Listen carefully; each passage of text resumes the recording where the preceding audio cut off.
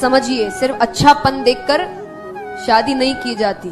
कहा जाता है ना कि अच्छी चीजों से तो हर कोई प्यार करता है, वो प्यार थोड़ी है।